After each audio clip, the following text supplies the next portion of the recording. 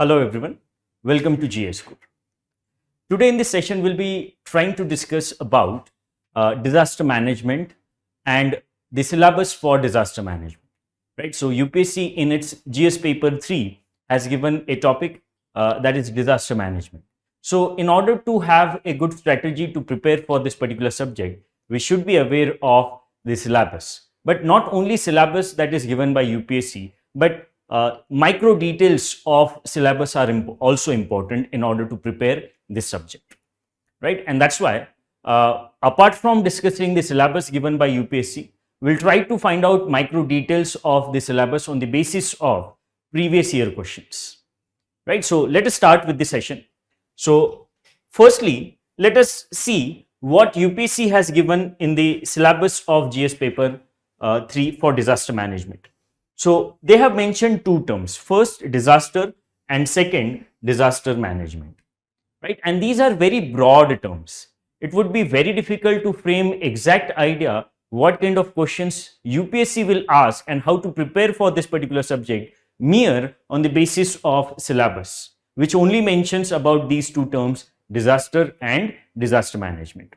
And that's why it is also important to analyze previous year questions in order to know more about these two terms. What kind of disasters India is vulnerable to? Then what are the different disaster management approaches? What kind of steps are being taken in India in order to handle disasters? Right? So that is what is important, and for that we will need help of previous year questions. So once you go through previous year questions, you will find that the disasters to which India is vulnerable to are more important from the UPSC's perspective, right? So disasters in India. So we know that India is vulnerable to various kinds of disasters. So we will discuss those disasters because questions have been asked by UPSC in the mains examination on those disasters. So what are those disasters? They are like earthquakes, then landslides, avalanches,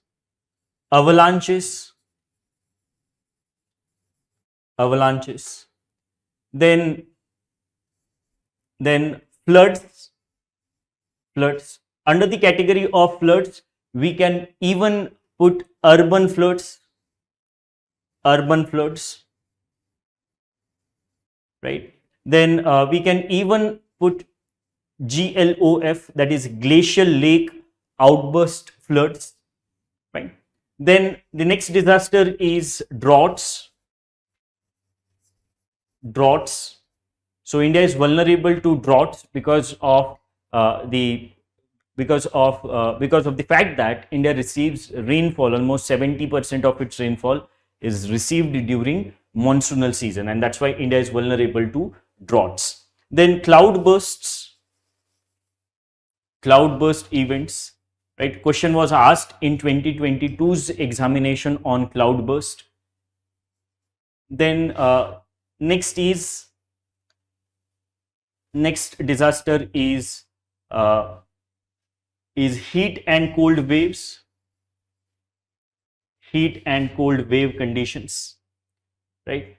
Then the other disasters are like tsunami. In 2004, we have witnessed tsunami, right? And that question was asked by UPSC in 2017's examination, right? So these are various disasters to which India is vulnerable to, and questions are being asked on these disasters, right? And when UPSC asks questions on these disasters, it not only focuses on causes and effects of these disasters, also it asks about the areas vulnerable to these disasters. Similarly, there was one question on earthquake, wherein UPSC asked to highlight earthquakes that have occurred in last 3 decades. Similarly, when they asked a question on cloudburst, they asked recent events of cloudburst, and that's why it is important to know more about areas vulnerable to the disasters as well as recent events of those disasters. Fine. For example, recently avalanche has occurred in the state of Sikkim. So one should be aware of that particular disaster. Fine. So these are various disasters on which UPSC has asked questions.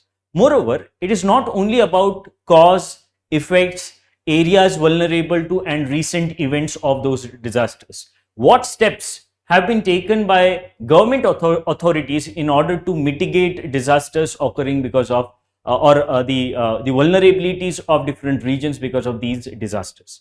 What steps have been taken, especially by NDMA?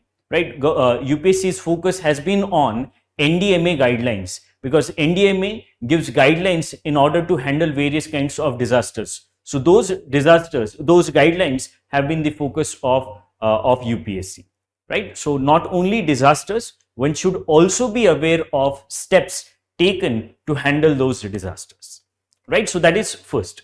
Now, on the basis of this, we'll discuss about previous year questions asked by UPSC on this particular topic. So, what are the previous year questions on disasters in India? So, firstly, in 2022, there was a question on cloudburst, right? So, question is, explain the mechanism and occurrence of cloudburst in the context of the Indian subcontinent, right? So, mechanism and occurrence of cloudburst in Indian subcontinent is to be explained, followed by discuss two recent examples of cloudburst, right? So, if a disaster has occurred in a particular year, then that disaster, steps taken for the mitigation of that disaster, what are the causes, mechanism for the occurrence of that disaster becomes important from the UPSC's mains exams perspective, right? Because this was asked in 2022, and in 2022 we witnessed various disasters, especially the disaster of cloudburst that occurred in Amarnath, right? So that's why the question was asked in this particular 22's mains examination, right? So that is first. Second is, in December 2004, a tsunami brought havoc on 14 countries including India. Discuss the factors responsible for the occurrence of tsunami and its effect, right? So factors responsible for the occurrence, and then effects on life as well as economy, right? Effect of tsunami on life as well as economy. In the light of guidelines of NDMA given in 2010, describe the mechanisms for preparedness to reduce the risk during such events, right? So we are supposed to discuss about the mechanisms for preparedness, but that mechanism for preparedness should be discussed in the context of guidelines given by NDMA, right? And that was the question asked by UPSC in 2017. Fine. So disasters that occur in India are clearly a focus of UPSC's exam, right? So that is second question. Third question is the frequency of earthquake appears to have increased in the Indian subcontinent. However, India's preparedness for mitigating their impact has significant gaps, right? So the frequency of earthquake has increased. So we can highlight in this particular question, in the answer of this particular question, areas which are vulnerable to earthquake, right? So we can draw the map, and on the basis of map we can explain various zones of earthquake, and then we are supposed to highlight the gaps in the preparedness of India for handling earthquake, right? So not only disaster, steps taken, and then what can be the suggestions, what can be the solutions in order to bridge the gaps that are there in handling those disasters, right? So that is also an important approach. So next question.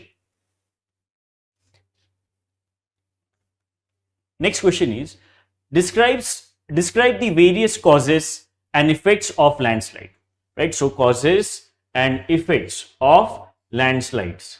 Mention the important component of the National Landslide Risk Management Strategy. And this question was asked in 2021's examination, right? So the question is on causes and effects of landslide. And then we are also supposed to discuss a strategy given by government, and that is National Landslide Risk Management Strategy. Fine. So clearly disasters, causes, effects, areas of occurrence, and then what steps have been taken.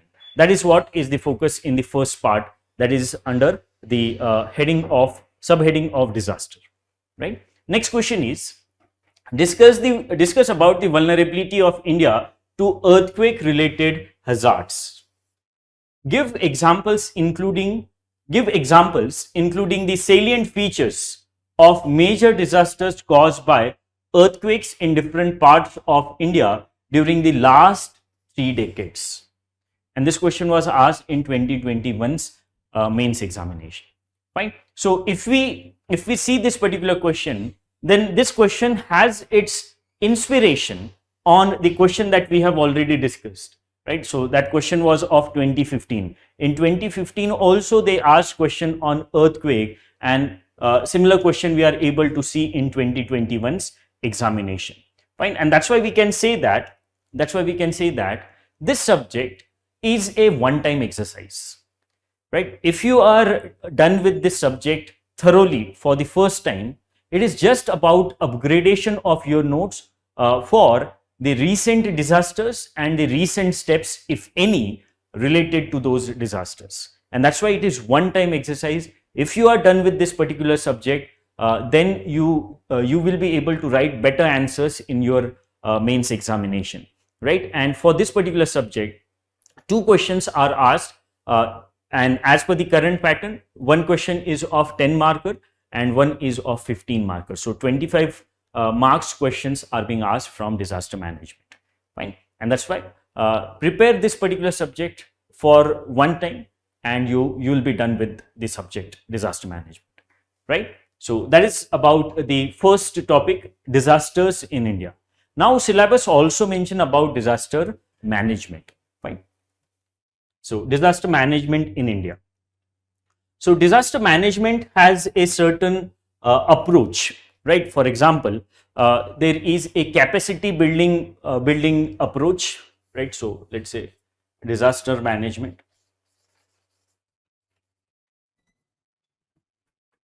has a capacity building approach wherein we will focus on prevention of the disaster.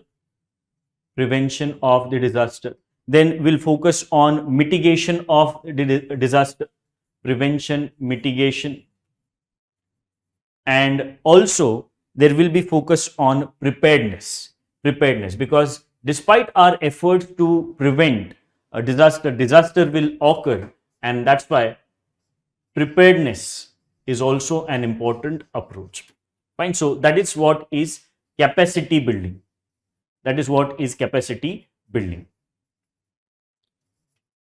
Right. So that is one leg of disaster management, capacity building.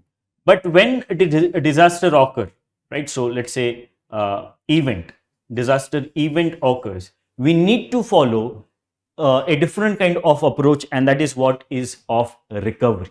Right. Firstly, our focus before the occurrence of disaster, our focus should be on capacity building. But once disaster occurs, we should focus on recovery.